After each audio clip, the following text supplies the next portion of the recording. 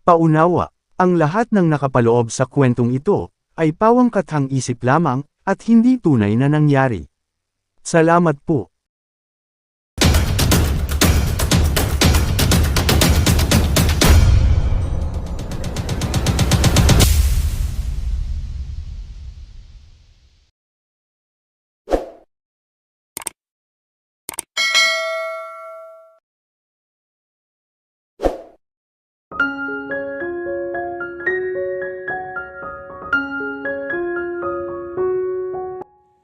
Kakaligo ko lang at inisa-isang pinadede ang kambal sa aking dibdib. Kung sa ibang pagkakataon, baka ayokong malate sa bakery. Pero ngayon, kailangan kong mag-isip. Binabagabag ako ng mga nangyari kagabi, kaya hindi na ako dalawang isip na umalis. Paano niya nalaman? Bulong ko sa sarili at inugoy-ugoy ang krib ng duyan ng kambal na mahimbing na natutulog. Magtataka pa ba ako? Nalaman na rin niya na may anak na siya. Hindi na ba siya naniniwala na kay Nico ang dinadala ko? Na walang nangyari sa amin ni Nico? Ngayon na, ano ang mga gusto niya mangyari? Kukunin niya ba ang kambal? Hindi. Hindi ako papayag na kunin nila yung mga anak ko. Halos sabunutan ko ang sarili at nakaramdam ng takot. Sa simpleng maliit na sulat na iyon ay nagbigay ng natakot sa akin. Paano kung sobrang nasusunod? Sasabihin ko ba ito kay Papa?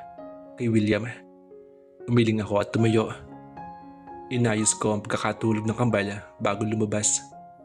Inayos ko ang suot na puting t-shirt at skirt para magtrabaho.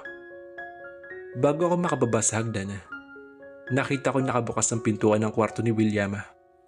Huminga ako ng malalim at kumatok ng 2 beses. Mula sa pagkakatalikod, tanawan-tanawin sa labas. Umikot siya para maharap ako. Good morning. Pwedeng pumasok? Tanong ko. Ang aga-aga pa ay may hawak na siyang alak. Nakita niya nakatingin ako sa hawak niya, kaya ibinaba niya ito. Halika, pasok ka Laura. Inayos nito ang suot na polo bago umupo sa upuan na naroon. Umupo rin ako kaharap niya. Lumabas nga pala ako kagabi. Simula ko. Nakatingin lang siya sa akin. Nilalaro ang kanyang labi na tila nag-iisip rin. And, dugtong nito na tanong sa akin. At naroon si Nathan. Ngumuso siya. Nagpipigil ang ngisi. That's bad. Too bad. Pumikit ako ng mariin at inayos ang aking buhok. William, natatakot ako na kunin niya ang anak ko. Tumayo siya at nilapitan ako. Tinukod niya ang kanyang kamay sa mesa sa gilid ko at yumuko. Laura, kung kukunin ni Nathan ang kanyang mga anak, ibig sabihin, kukunin ka rin niya. Ha? Ano? Nauguluhan kong bulong. Nagkatitigan kami. Huminga siya ng malalim at sinuklay ang aking buhok gamit ang kanyang daliri. Malalaman mo rin yan soon. At saka, hindi ko naman masisisi si Nathan dahil napakaganda mo. Bulong ni William na nagpalamlam ng aking mga mata. Hindi dahil sa nararamdaman, kundi dahil alam kong mahal niya si Darla. Namimiss na niya si Darla. Gumuso ako at yumuko. Umalis siya sa harapan ko at may kinuhang papeles sa drawer niya. May mga bago tayong customers. Malalaking hotel to. At gusto nila na tayo mag-supply doon ng mga tinapay, mga sweets. Pero bago yun, kailangan kong magpadala ng tao doon. At ikaw napili ko. Ako? Tinuro ko ang sarili. Oo, bakit hindi? Nagawa mo na yun di ba dati? Sumingap ako at tumango. Okay, fine. Ano bang oras? Tinitigan nito ang relo habang kunot ang noo. Mga lunchtime, 11. Dahil doon nagbihis ulit ako dahil malapit na mag-lunchtime. Gusto ko maging representable sa mga kasalamuha ko doon. Pinili ko ang dark gray pleated spaghetti dress. Pinarisan ko ito ng black sandals. Parang bumalik ako sa dati. Yung dating Laura na ganito magbihis. Dumaan muna ako sa second branch ng aming bakeries. At nakita ko roon si Stella. Inirapan na ako nito, malayo pa lang ako. Pagkatapos mo akong layasan kagabi, magpapakita ka ng ganyan sa akin ngayon. Ikaw na ang supermodel. Saan lakad mo? Pasensya na Stella ha. Sumakit kasi ang tiyan ko. At hanggang ngayon lowbat pa rin ako . Ano po ba ang laban ko? Buti na lang malakas ka sa akin . Oh, saan ka niyan? Eto, kabado nga ako . May bagong deal kasi itong bakery natin. Kakausapin ko yung makipag-deal mamaya. Kaya pala .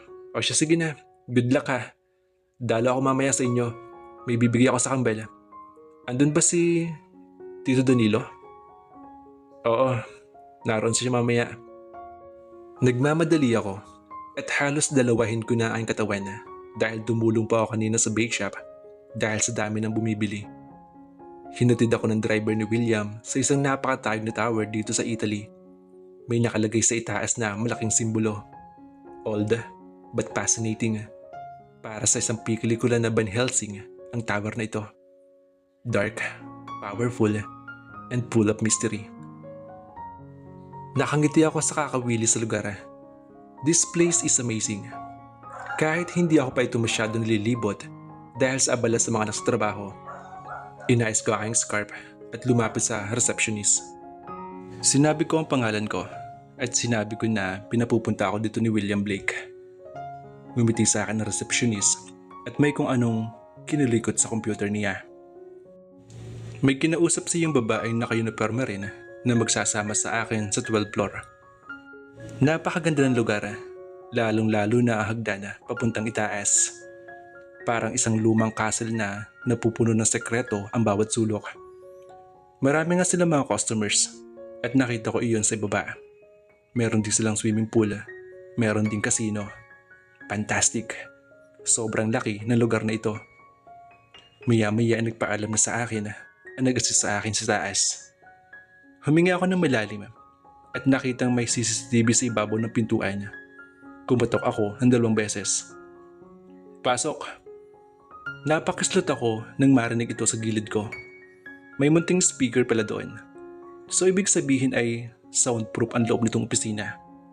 Dahan-dahan ako pumasok at ang unang nakita ko ay ang makapal na kortinang kulay abo. Sinura ko ang pintuan at hinarap na nakangiti ang nasa harapan ko. Maganda. Gusto kong umatras sa mga sandaling ito at tumakbo. Pero natuod ako sa kinatatayuan ko at hindi ako nakakilos. Tanging puso ko lang ang mabilis na tumitibok sa pagkakataong ito. Humigpit ang hawak ko sa envelope na naglalaman ng aming portfolio. Bakit sa dinarami-rami ng tao ay siya pa? Bakit? Maupo ka. Miniwestra pa nito ang upuan kaharap niya. Ang pagitan lamang ay ang mesa niyang napupuno na kung ano ng papel at nagpapagimbal sa akin ang malaking pangalan doon. Nathan Fuentevilla, CEO. Laura, hanggang ngayon ba naman nakaka-starstruck ka pa rin sa lalaking yan? 18 ka na ngayon at legal age ka na. Kaya umakto kang nasa tamang pag-iisip. Bulong ng bahagi ng aking isipan. Hinila ko ang bawat lakas ay may sa aking ugat. Hindi ako pwede mag-breakdown sa harapan niya. At anong sasabihin ko? Na may anak kami at dapat namin yung pag-usapan? No, hindi maaari. Dahan-dahan ako lumapit sa upuan na naroon. Nasulyapan ko ang hawak niyang alak sa kamay at ang relo niyang tanging koloreta lang sa katawan. Ni hindi ako makatingin sa kanya. Ipakilala mo ang sarili mo. Napakislot ako lalo sa sinabi niya. Kinagat ko ang labi at inangat ang mukha kahit yun lang. Hindi ko naman siguro kailangan na tumingin ng matagal sa mga mata niya, di ba? Napalunok ako para alasin ang bara sa aking lalamunan. Ako yung sekretary ni William. Ako nga pala si Laura. Laura Condes. From Delicioso. Pilit kong hinanap ang portfolio at balak iyong ipakita. Kinahihiya ko ang panginginig na kamay ko sa bawat paghawi ng papel na naroon. Um, Ito yung mga papeles namin, sir. Dugtong ko. Kahit mataimtim siya nakatitig sa bawat galaw ko. Mas lalo akong kinabahan. God, Laura, hindi ka ganito ka-tense noon sa kanya. Siyempre, ang dami na nangyari eh. Bulong ng bahagi ng isip ko. Okay. Kita ko ang pagtango niya at pagtayo. Inayos niya ang kanyang polo habang unti-unting lumapit sa akin. Hindi na ako makahinga. Sobra. Yumuko ako at nagkunwaring may hinahanap. Hindi ko tanggap ang pagbabago sa kanyang kaayusan. Ba't mas lalo siyang gumisig at tumangkad? Mas matanda pa siya tingnan kay Nigel. Mas naging marahas ang kagwapuhan niya. Gusto kong umatras sa kinauupuan nang yumuko siya. Sir? Humawa ang kamay niya sa likod na aking upuan. Habang ang isa ay sa may gilid na aking upuan. Na-stuck ako. Napagat-labi na ako at napapikit ng halos balanghap ko na ang kanyang hininga at maramdaman ang kanyang ilong na tinatalunto ng balat ko sa leeg patungo sa aking panga at labi. Ikaw nga Laura Condes, 20 Villa, ang baby ko. Gusto kong mapailing sa lambing ng boses niya. Naramdaman ko ulit ang ilong niya na dumiin sa aking panga. Hindi ako makahinga. I miss you. Humawa ang kanyang isang kamay sa aking panga at kasing gaan ng papel akong hinaplos doon. Nahita na. Kinurot ko ang aking sariling hita dahil sa papipigil ng hininga. Patawarin mo ako. May sinseridad na sabi nito at tila nasasaktan na. Nasasaktan ako sa paos sa boss niya. Tumingin ka sa akin. Unti-unti kong dinilat ang mga naluluhang mata. Nanlulumo ako sa kakaibang Nathan na nakikita. Ngayon, hindi siya katulad ng dati. Bakit kaya? Nakita ko ang dalawang kambal sa kanyang mukha. Kaya mas lalong lumamlam ang aking mga mata. Patawarin mo ako. Pasalit-salit ang titig niya sa aking mata habang hawak ang aking panga. Hindi ko alam kung saan magsisimula. Kung ano ang mga dapat sabihin dahil sa oras na ito, isa lang gusto kong madama. Ang kanyang haplos na noon ko pa gustong marama. Tumulo ang aking luha, kasabay ng kanyang malalambing na halik sa aking labi. Punong-puno ng pagsisisi at tanggaan nito. Halos mapaiyak ako nang mahalikan niya ako ng mas malalim. Sobrang guwang ang aking naramdaman sa dibdib.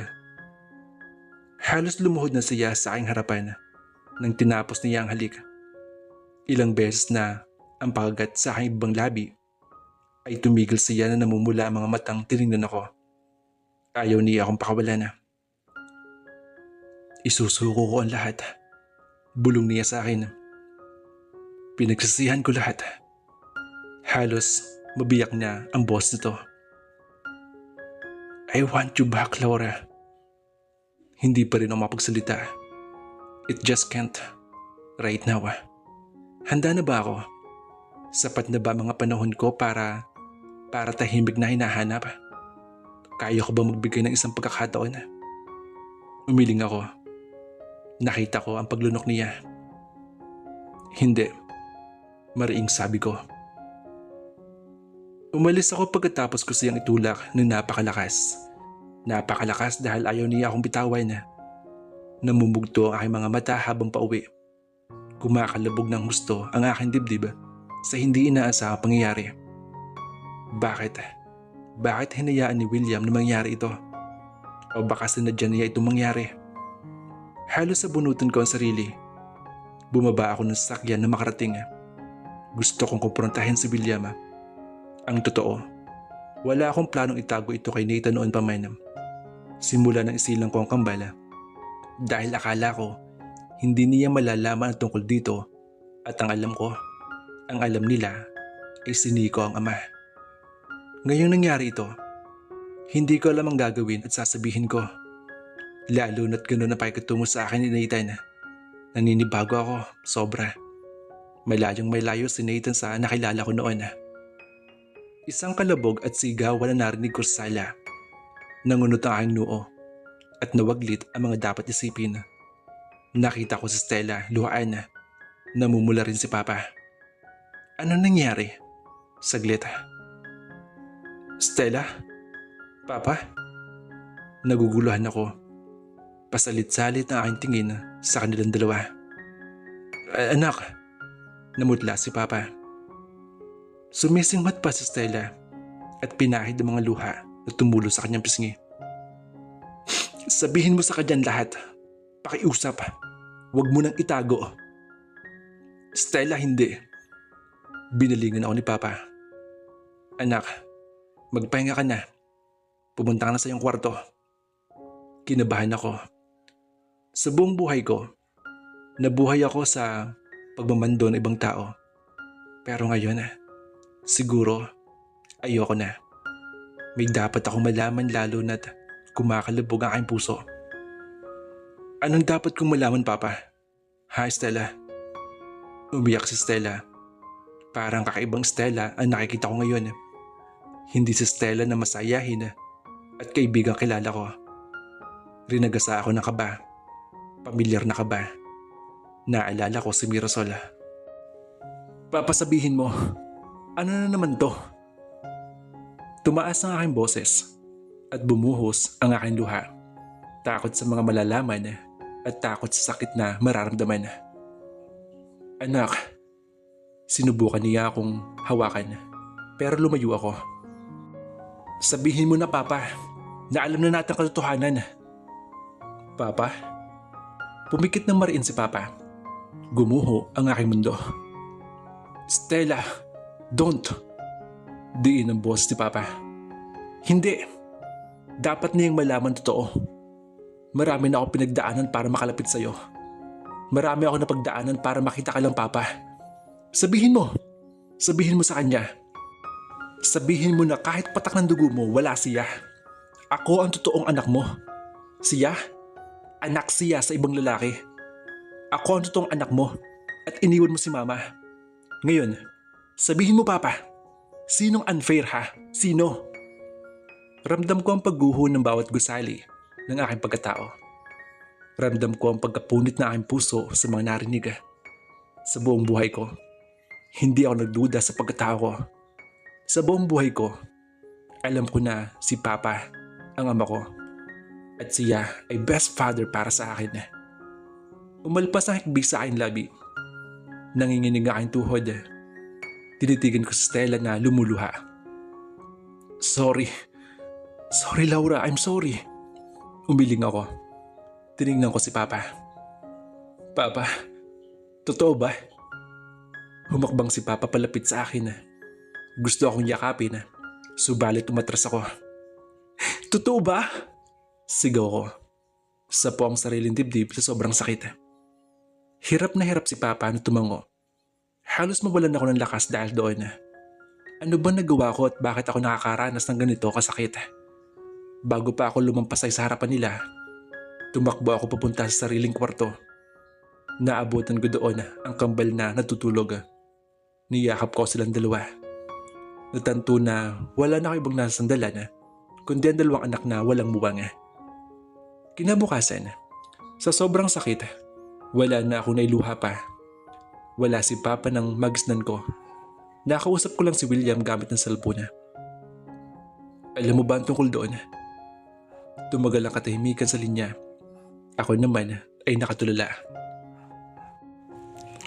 Laura. Oo. Pumikit ako na mariin at tumango. Ayoko lang pangunahan lahat. Pero sasabihin ko naman sa'yo, Laura. Sasabihin ko sa'yo. At saka, nandito ako. Palagi. Hindi ako papayag na umalis ka sa poder ko. Hindi ako papayag na wala kayong kasama ng kambal. Punong-puno ng sinseridad ang kanyang boses. Para bang matutunaw ang puso ko sa sinabi niya. Salamat, William, ha. Salamat. Noong araw na iyon, imbis na magmukmok, nagdesisyon na akong dalhin ng kambal at maggrocery dahil walang laman ng fridge. Dinala ko ang double stroller para may mapaglagyan ako sa kambal. Hindi ko kayang pumunta sa bakery.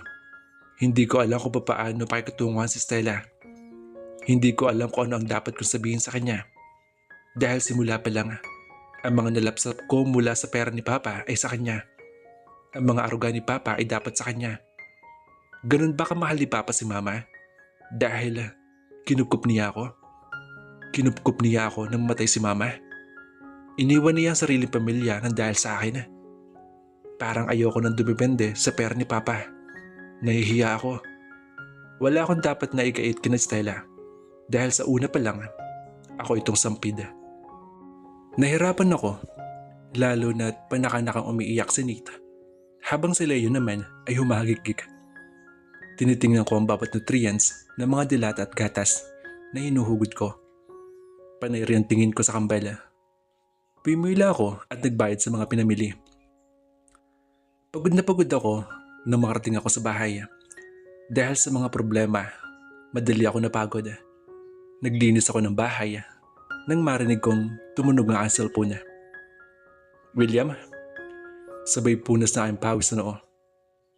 Laura, meron tayong pupuntahang gala tonight. Magbihis ka. Bilhin na kita ng damit. Ano? Sige. Alam mo ba kung nasan si Papa? May inaayos lang siya. Okay ka lang ba? Hindi ako okay. Mahinang sabi ko. Masakit talaga malaman katotohanan, Laura. Pero alam mo, okay lang yan. Basta ang mahalaga, hindi ka nabubuhay sa kasinungalingan. Pumikit ako ng mariin. Hindi ako makapaniwala, William. Hindi ako na anak ni Papa. Dumalo ang luha. Shh! Uuwi ako mamaya. Nariyan ako mamaya. Gusto kitang yakapin ng mahigpit. Suminghap ako at tinapos ang tawag. Dumating ang gabi. Halos patapos na ako mag-ayos nang pumasok si William sa kwarto. Ngumiti ito sa akin. Namulsa siya na tininigan ako. Huwag ka nang umiyak, hindi makakatulong yan. Tumango ako at pinahid ang mga luha. Tara na. Nababasag ang boses ko. Natuod ako nang hinalikan niya ako sa noo. Halika na. Nasa sasakyan na kami at hindi ko kinaya ang katahimikan. Hindi ako nawiwili sa magandang ilaw ng mga gusali. Kumusta nga pala si Darla? Miss ko na siya. Umigting ang panga nito. Miss ko na rin siya. Bakit hindi mo siya puntahan? Gusto ko siyang bigyan ng oras na gusto niya. Pero gusto ko na makita ang anak ko. Naalala ko ang kambal na iniwan ko sa kanilang yaya. Siguro kasing laki na rin nila si Hope. Kamukha mo si Hope. Masyado kasing maldito si Darla eh. Napangisi ako nang napangiti si William. Oo nga eh. Naku, may naalala na naman ito. Gumisi siya na mag-isa. Kinalimutan ko ang problema. Ang totoong problema. I forgot the pain tonight. Ayoko maging paranoid biglang partner ni William tonight. Hindi ko na rin siya kinokompronta tungkol kay Nathan dahil sa lungkot na nakikita ko sa kanya.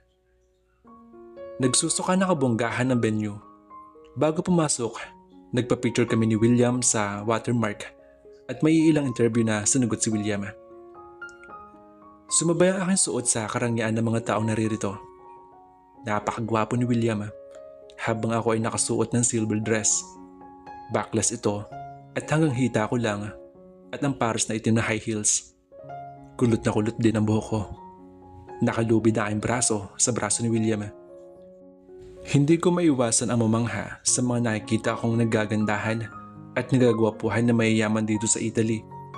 Tila naman sanay na sanay si William. Hindi ko maintindihan ang ibang sinasabi nila.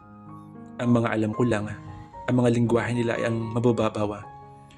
Ngumingiti na lang ako at bumabati pabalik sa mga bumabati sa akin. Huminga ako ng malalim at hinawakan si William. William, ikaw na lang maglibot. Masakit ng pa ako eh. Ungkot ko na nakabungsangot ang mukha ko. Huwag kang aalis dito ha. May kakausapin lang ako. Tumango ako at bumaling sa mga inumin na nilalako ng mga waiter.